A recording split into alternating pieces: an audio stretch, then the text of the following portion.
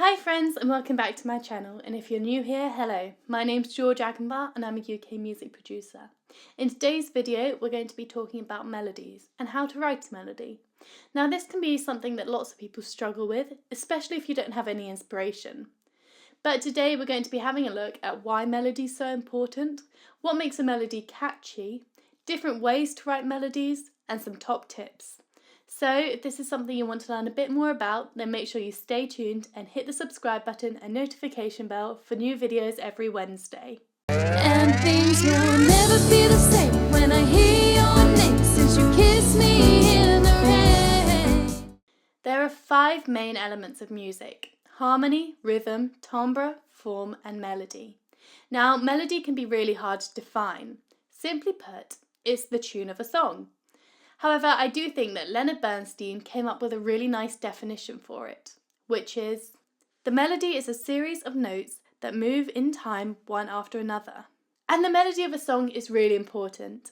The main reason being that it's the element that people can repeat and remember the most easily. I think the main reason for this is that the melody of a song is often the first thing our mind focuses in on. And maybe that's why we can even remember and repeat classical music tunes.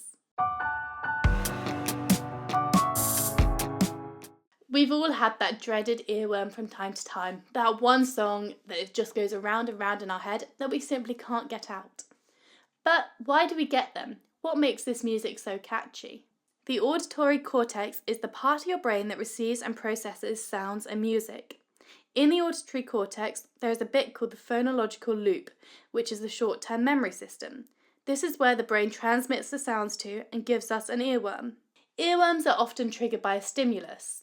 For example, a song that you recently listened to, or a song that you connect with a place or even an emotion. And so when we see this place or we feel this emotion, that song connected to it then gets stuck in our head. But why are some songs earworms and some aren't? Well, the majority of melodies are very simple and have a lot of repetition. Think of Out of the Woods by Taylor Swift. The main vocal hook in that song is literally just one note and then a change of note at the end, so 2 notes in total. In terms of structure as well, a lot of verses and choruses have an A-A-B-A structure with a lot of repetition of that A line. And also a lot of really catchy melodies are also monosyllabic, so 1 syllable per note. And this just makes it really easy to remember and really easy to repeat. How can we go about writing a melody, especially when inspiration is running low? Well, don't worry, there are lots of different ways that you can begin to write a melody even when you're not feeling inspired. My personal favourite way is to record your music on a loop and then simply hum anything and everything. And make sure you record all this humming too, because you may come up with some absolute gold that you forget later on.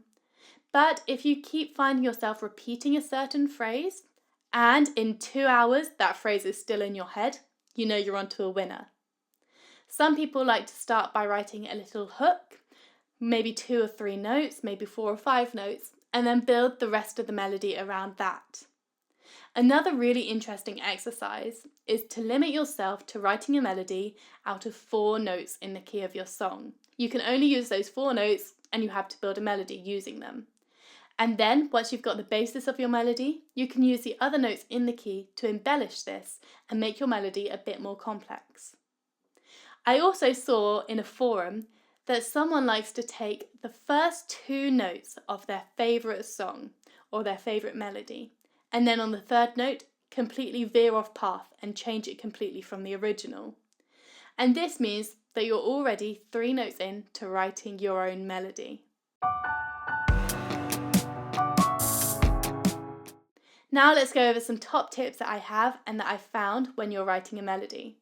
First of all is the importance of silence. I think silence is essential in music. It can add suspense, it can add excitement, and quite frankly, I don't think enough people use it enough. Sometimes you can say a lot more with your music by saying absolutely nothing at all. Another top tip is make use of syncopation. It can be your best friend when writing rhythms for your melody. Syncopation adds this kind of unusual, unexpected feel to your music. It makes your music less predictable. And yes, I know that I was saying keeping things simple and repetitive makes a melody catchy, but actually in such a saturated market where people hear so many melodies every day, giving your melody something different and making it stand out can actually be really, really useful. And my final top tip would be that when a melody comes to you, record it. Just get it down. It doesn't matter if it sounds awful. It doesn't matter if it's recorded through your DAW, through your phone, or even through a Nintendo DS. Anything you have to hand, just get that idea down. You never know when inspiration is going to strike you. It can be anywhere and anywhen. I've even had times where I've had to get out the shower to record a melody, but it was completely worth it. It also means that when you're stuck for an idea and you can't come up with a good melody for the life of you, that it's okay because you have a catalogue of ideas that you've already recorded down, and you can go through that and listen, and perhaps you'll find some inspiration in there. So that's how I would approach writing a melody. If you only take one thing away from this video, please let it be this.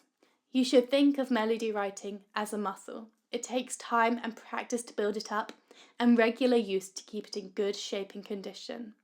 So if you write one melody one day and it's not great and you don't like it, don't be disheartened. Move on to the next one and think of that melody that you've discarded as just your practice, just your training. Thank you so much for watching this video. I hope you found it useful and interesting. Let me know what you thought in the comments below and if there are any other videos you'd like to see in the future. Make sure to hit the subscribe button and notification bell, and I will see you again soon.